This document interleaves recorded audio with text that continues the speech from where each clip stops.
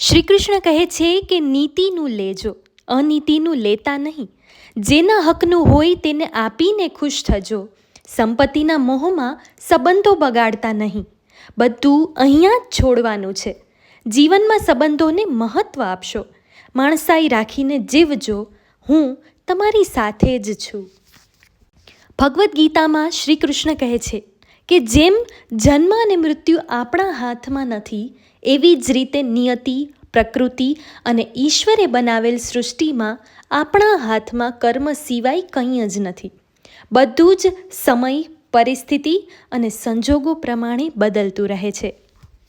જે જોઈતું હોય તે જ આપતા શીખો અને જે ના જોઈતું હોય એવું બીજાને નહીં આપો.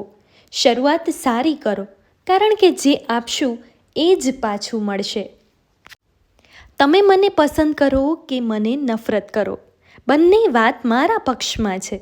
કારણ કે જો તમે મને પસંદ કરો છો તો હું તમારા હૃદયમાં છું, અને જો તમે મને નફરત કરો છો તો હું તમારા મગજમાં છું, પણ હું તારી સાથે જ રહીશ.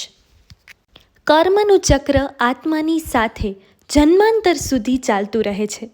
શરીર રહે કે ના રહે, પણ કર્મના હિસાબ આપણે આજે નહીં તો કાલે ચૂકવવાના જ છે. નિર્ણયો ત્યારે જ ઉત્તમ કહેવાય જ્યારે આપણે બધાના હિતનો વિચાર કરીને લેતા હોય.